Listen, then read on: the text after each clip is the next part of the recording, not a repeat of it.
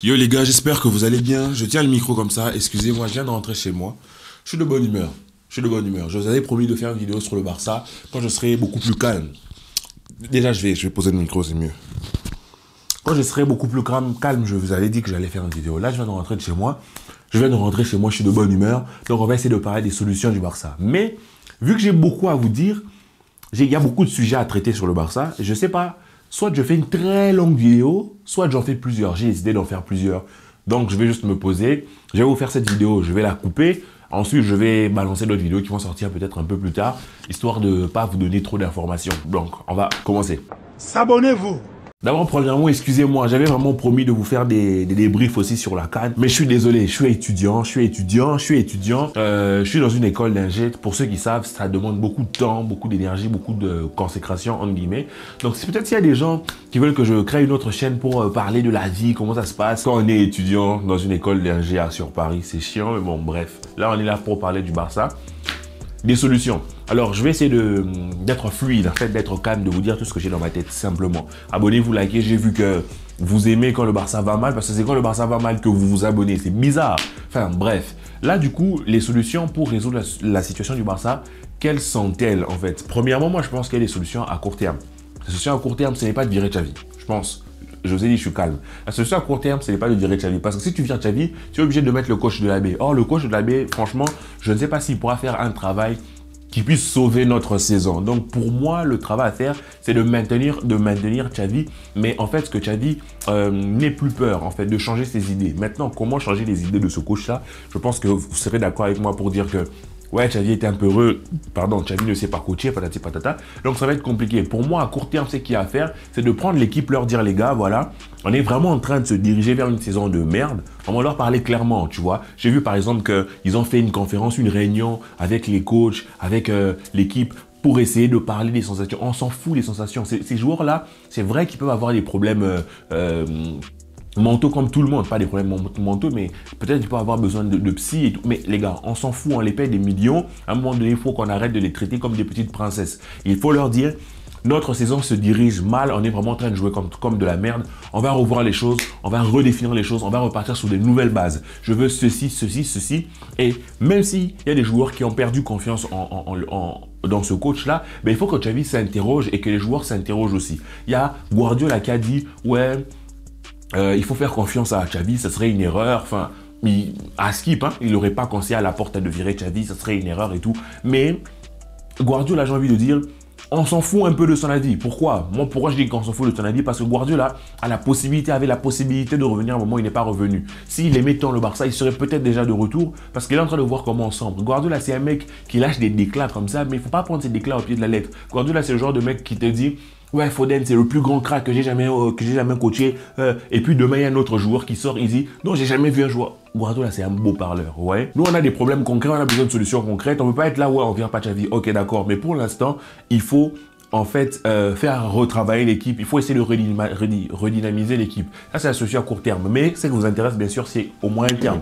Moi, moyen terme, ce que je ferais, c'est quoi? À la fin de la saison, je me débarrasse de Xavi et je vais prendre un grand coach. Ça sert à rien de virer Xavi pour aller prendre le coach de la baie. Ça sert à rien de virer Xavi pour aller prendre un petit coach. Pour moi, si tu vires Xavi, tu dois emmener un coach de renommée mondiale. Tu dois emmener un coach de renommée mondiale et un coach qui n'est pas espagnol. Un coach qui n'aura pas de parti pris. Un coach qui sera extérieur. Un coach avec lequel il n'y aura pas de lien d'amitié comme on voit aujourd'hui.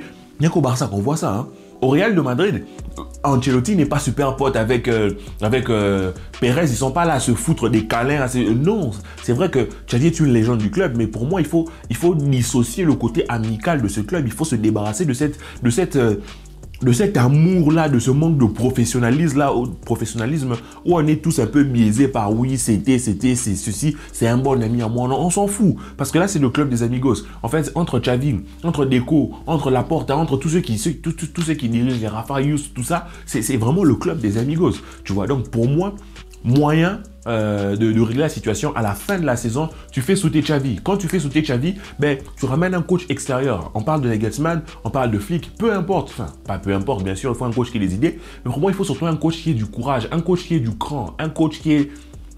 Comment je peux dire? Un coach qui peut arriver avec des idées et avec une très très haute exigence. Parce qu'il faut se dire la vérité, le Barça n'est plus le grand club qu'il était. Le Barça est un grand club, mais il n'a pas la grande équipe. On n'a pas on n'a pas un effectif exceptionnel en talent. On a des bons joueurs à certains postes, des grands joueurs à certains postes, des cracks à certains postes, mais notre équipe manque encore d'équilibre. Bref, c'est une équipe que l'on peut encore peaufiner. Je suis bien d'accord avec vous, mais même avec cette équipe-là, il y a de quoi battre Girona.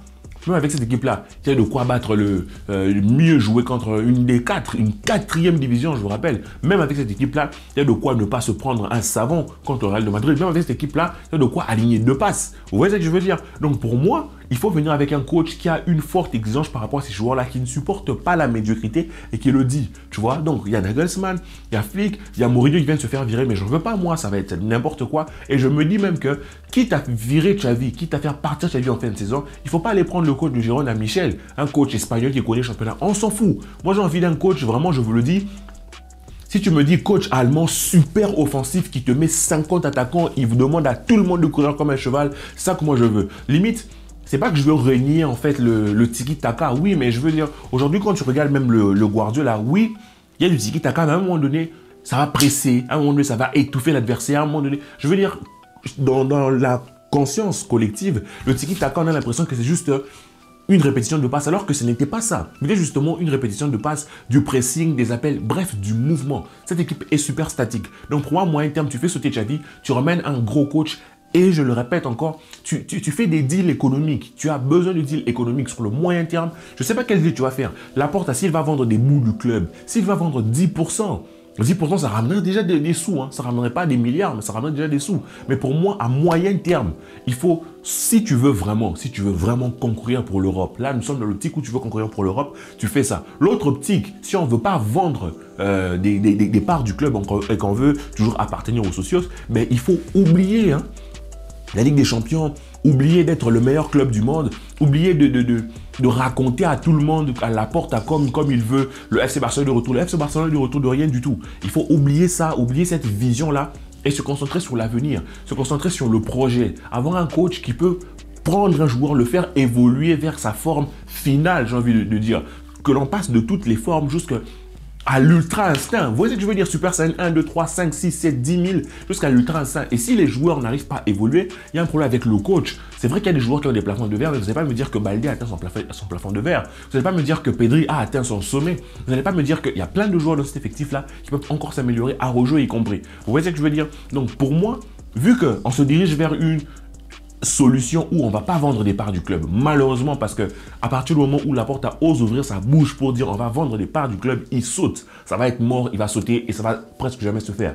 Je pense que nous ne sommes pas dans un tel état de crise qui fasse que les socios votent pour ça. Peut-être que si demain, on est tellement fauché qu'on n'arrive plus à payer aucun joueur et que les joueurs doivent partir, si vraiment genre c'est la faillite, c'est vraiment comme certains clubs en Italie, si c'est la faillite, en ce moment-là, je pense que les socios vont décider de le faire maintenant. Est-ce qu'on n'est pas en train de se diriger vers cette faillite-là? Parce que je pense que la faillite économique, elle vient après une faillite sportive ou pas. Vous voyez? Donc moi, personnellement, je suis en train de dire que la solution du coup, c'est tu vas prendre un coach qui a un projet, un coach qui va accepter de s'investir pour 4 ans, pour 5 ans. C'est pour ça que moi, j'en veux à Guardiola, en fait, parce que Guardiola passe 100 ans au Bayern, il a passé 5 ans au Bayern, il a passé 150 ans à City. Et chez nous, au Barça, il a passé combien de temps? Un petit bout de temps. Et si c'était vraiment... Tu vois, c'est pour ça que Guardiola, c'est un grand coach, mais il faut vraiment séparer le professionnel et l'humain. Guardiola, c'est peut-être un gros coach, mais humainement, c'est peut-être un salaud aussi. C'est un peu comme Steve Jobs. Vraiment, dans son domaine, il est extraordinaire. Mais dans l'humain... Je veux dire, lui, il sait, il a tout gagné. Je veux dire, peut-être qu'il a des ambitions personnelles aussi, bien sûr. C'est tout à son honneur. Mais tu as tout gagné à un moment donné, tu vois ton équipe de cœur en train de ramer. Tu te dis quoi? Ben, je rentre à la maison. Pas parce que tu considères que tu es le Messi, mais rentre à la maison, mon gars. Rentre à la maison, ça va nous faire du bien. Mais il ne le fait pas.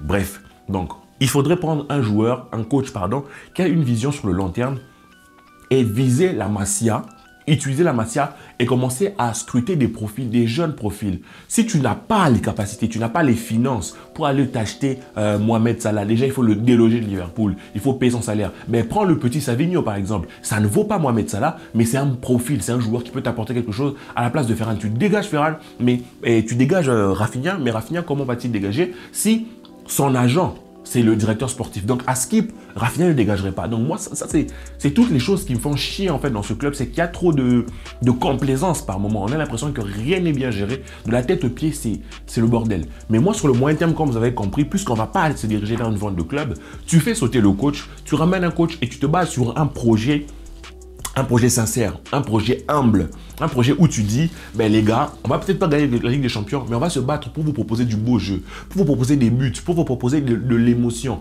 Parce que qu'est-ce qui fait que, par exemple, les petits clubs de D2, de D3, ou les petits clubs qui vont en relégation, qui remontent, comment ils arrivent à avoir beaucoup de fans, en fait? Parce que le football n'est pas une histoire de victoire à la Ligue des Champions. La Ligue des Champions, en fait, on regarde au prix de la Ligue des Champions pour dire quel club est le plus grand dans l'histoire, mais ce qui fait kiffer vous et moi le football, ben c'est les émotions que le ballon nous fait ressentir. Moi, par exemple, si je peux me mettre à swiper, regarder des vidéos et des vidéos de matchs de district, tant que c'est beau, tant que ça joue, tant qu'il y a du plaisir, tant qu'il y a des buts, tant qu'il y a des effets, tant qu'il y a du dribble, du mouvement, c'est agréable. C'est pour ça qu'on aime le football, en fait, pour toutes ces émotions-là. Donc moi, je signerais pour un Barça qui ne gagne pas avec des champions, mais un Barça qui nous font plaisir chaque week-end quand je me mets devant mon écran, que je kiffe, que je me dise pas, j'ai perdu 3 heures de mon temps à suivre le match, 1h30 à suivre le match, 2 heures à suivre le match, à suivre le match, puis 1 heure à faire un montage.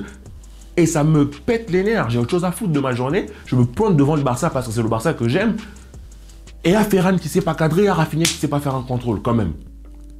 Donc pour moi, tu changes les choses en fait. Pour moi, c'est ça. Donc, tu ramènes le coach. Tu changes de vision, tu changes d'objectif, tu redescends, tu te calmes. Et ensuite, tu vires les joueurs. Tu fais sauter Rafinha. Tu fais sauter Lewandowski.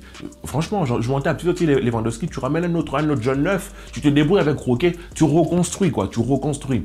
Tu investis dans un Zubimendi, un 6 jeune. Tu oublies Kimmich. Parce que Kimmich, ça va être... En fait, Kimmich, c'est le genre de joueur que tu voudrais acheter dans un effectif qui tourne pour compléter et péter. Mais si tu tournes dans un objectif à long terme, alors on va prendre un 6 jeune. Tu vas prendre Zubi, tu as tes joueurs qui sont jeunes, qui se tournent vers un projet, tu leur dis les gars, ok d'accord, la saison passée c'était la merde, cette saison on va travailler comme des chiens, on va remonter la pente. Tu les fais travailler comme des chiens, si tu arrives à gagner la Ligue des Champions, super.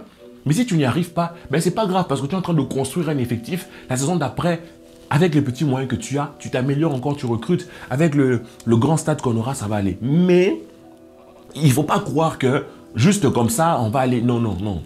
En gardant Xavi, en gardant cette idée de jeu, on va aller nulle part. Pour moi, il faut tout revoir. Il faut tout revoir, vraiment. Et à long terme, comme je vous ai dit, à long terme, avec le stade, avec les revenus qui vont arriver dans les 5-6 prochaines années, ben, tu auras déjà des titres que tu vas forcément gagner. Tu auras un effectif qui pourra te permettre de concourir encore aux yeux de l'Europe. Donc pour moi, malheureusement, c'est à ça que l'on est réduit. Il faut être lucide. C'est ça. Mais moi, ça ne me dérange pas. Même si le Barça descend en deuxième division, ça ne me dérange pas tant que l'on joue, tant que c'est beau, tant que je prends du plaisir. Mais là, face à ce Barça-là, je ne prends même pas de plaisir. Donc, on a beau gagner avec des champions, je serais content de gagner avec des champions. Je vais troller les adversaires. Ouais, notre 6e Ligue des Champions. Mais je n'aurais pas pris de plaisir au fond de moi. Je saurais que on a fait une longue campagne avec des champions en jouant comme une merde. On a gagné. Je suis content. Mais quand même, moi, je ne suis pas le Real de Madrid. Je suis le Barça. Je vais voir mon équipe jouer, je vais voir... Bref, voilà. Je m'arrête là. Je vous prépare une autre vidéo. Vous voyez, j'ai de l'énergie. Que la paix soit sur vous, les amis. J'arrête celle-ci et je relance une autre pour parler d'un autre sujet. S'abonnez-vous.